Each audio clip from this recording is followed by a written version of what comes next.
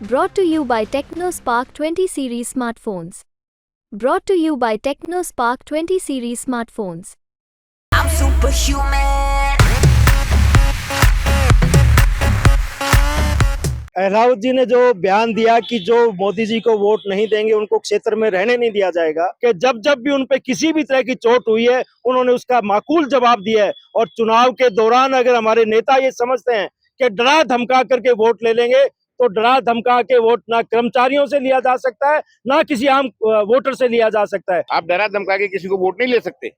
और भारतीय संविधान ने जिसको जो अधिकार दिया उन अधिकारों की रक्षा करते हुए चुनाव होना चाहिए और उसी के अनुरूप जो भी जिसकी सरकार आए। लोकसभा चुनाव प्रचार में जुटे राजनीतिक पार्टियों के नेता मन से कुछ ऐसे बयान दे जाते हैं जो कि लोगों की भावनाओं को ठेस पहुंचाते हैं।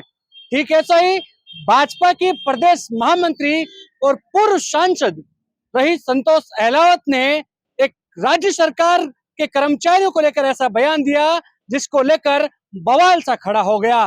वो बयान था कि मोदी को वोट नहीं दिया तो क्षेत्र में रहने नहीं देंगे। उसके बाद राजस्थान सरकार के जितने भी विभाग है उनके सभी कर्मचारी लामबंद हो गए और चुनाव आयोग को बाकायदा शिकायत भी की है। क्या है पूरा प्रकरण, राज्य सरकार के कर्मचारियों से ही जानते हैं। क्या मन की भावनाओं को ठेस पहुंचा, ऐसा क्या बयान दिया? राउत जी ने जो बयान दिया कि जो मोदी जी को वोट नहीं देंगे उनको क्षेत्र में रहने नहीं दिया जाएगा, ये बयान हम समझते हैं कि लोकतांत्रिक प्रक्रिया के खिलाफ है और आदर्श आचार संहिता जो चुनाव के संबंध में है उसका सीधा सीधा उल्लंघन है। और साथ ही साथ ये कर्मचारियों को धमकाने और डराने का मामला है। लोकतंत्र में इस चीज को बर्दाश्त नहीं किया जा सकता। राजस्थान के कर्मचारियों का इतिहास रहा है कि जब जब भी उन पे किसी भी तरह की चोट हुई है उन्होंने उसका माकूल जवाब दिया है। और चुनाव के दौरान अगर हमारे नेता ये समझते हैं कि डरा धमका करके वोट ले लेंगे, तो डरा धमका के वोट ना कर्मचारियों से लिया जा सकता है, ना किसी आम वोटर से लिया जा सकता है।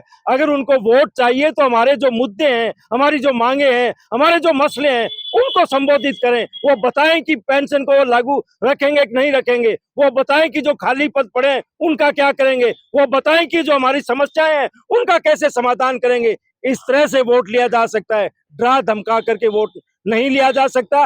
लोकतंत्र है, लोकतंत्र में हम पहले भी लोकतांत्रिक तरीके से सरकारों को जवाब देते आए हैं और आज भी हम सक्षम है। अगर हमें धमकाया गया तो लोकतांत्रिक तरीके से जवाब दिया जाएगा। हम उम्मीद करते हैं कि चुनाव आयोग तुरंत से तुरंत कार्रवाई करके इस ऐसे बयानों पे रोक लगाएंगे, अन्यथा राजस्थान का कर्मचारी जो चुनाव करवाने के लिए प्रतिबद्ध है, निष्पक्ष चुनाव कराने के लिए प्रतिबद्ध है, उनको इस चुनाव प्रक्रिया के दौरान सड़कों पे नहीं उतरना पड़ जाए, ये सरकार और चुनाव आयोग इस चीज को देखे। आप सरकारी कर्मचारी हो और आप चुनाव आते हैं तो आप प्रचार प्रसार करते हो, जनता से वोट की अपील करते हो ताकि बढ़ चढ़कर मतदान हो।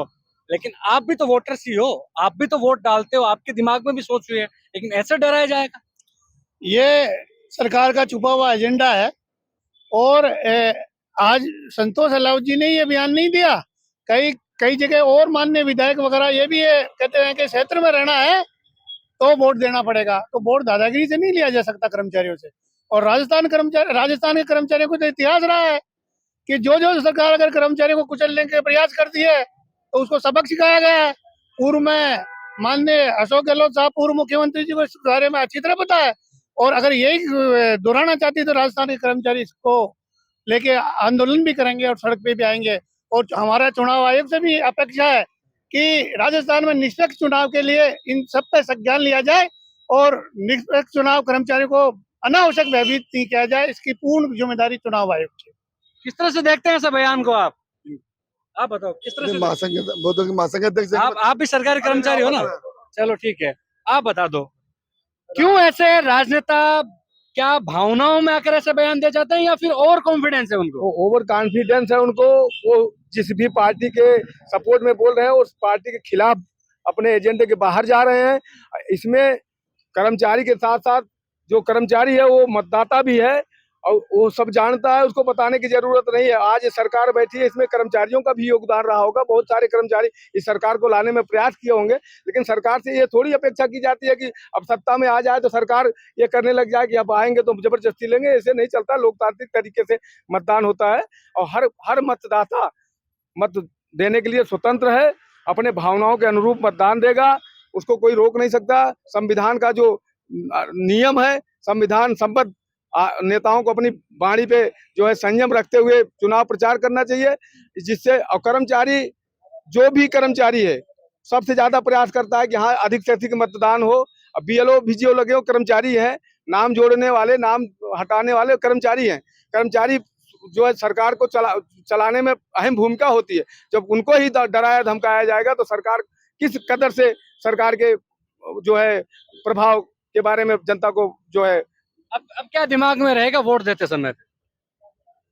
सबसे पहले तो कोई भी कर्मचारी होने से पहले वो स्वतंत्र भारत का नागरिक है, उसके अपने मौलिक अधिकार हैं, उसके कोई वायलेशन करने का किसी को भी राइट नहीं है।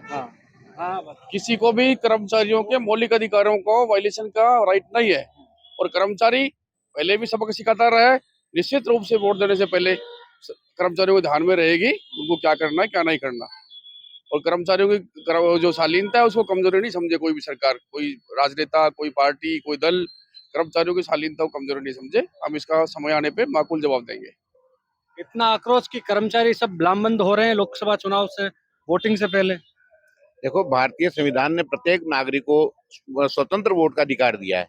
और मैं तो ये कहता हूँ कि जिस संतोष अहलावत जी ने जो कदम उठाया, ये चुनाव में भ्रष्ट आचरण की सीमा में आना चाहिए। नोट दे करके वोट खरीदना, डरा धमका के वोट लेना, ये भी भ्रष्ट आचरण में आना चाहिए, जिसको तुरंत निंदा होनी चाहिए और चुनाव आयोग को इस पर आवश्यक कार्रवाई करनी चाहिए। आप डरा धमका के किसी को वोट नहीं ले सकते। और भारतीय संविधान ने जिसको जो अधिकार दिया, उन अधिकारों की रक्षा करते हुए चुनाव होना चाहिए और उसी के अनुरूप जो भी जिसकी सरकार आए, कर्मचारी का अपना अधिकार, कर्मचारी की अपनी जो भी है वो उसके पूरी बखूबी निभाता है, अपने कर्तव्य का पालन करता है। सर, आज जितने भी चुनाव हुए आज तक कर्मचारियों के और अधिकारियों के बदौलती हुए हैं, कोई प्राइवेट एजेंसियां इन चुनावों को नहीं कराती है। और कर्मचारी पे विश्वास है, इसीलिए आज तक निष्पक्षता के रूप में सारे चुनाव हुए हैं और सरकारें बनी है। किसी की भी बने, कर्मचारी अपना, मेरा निजी मामला है, मैं किसको वोट देता हूँ किसको नहीं देता हूँ, ये मेरी निजी गोपनीयता है, मेरा निजी अधिकार है। बिल्कुल, सरकारी कर्मचारी होने से पहले ये जनता है, आम जनता, मतदाता है, जो कि वोट देने का अधिकार रखती है। संविधान है, लोकतंत्र है, लोकतंत्र में आजादी है।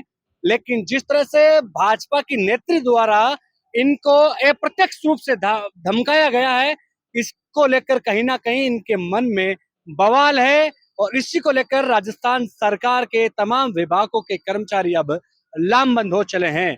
कैमरा सहयोगी मनोज के साथ विशाल शर्मा, जयपुर, राजस्थान तक।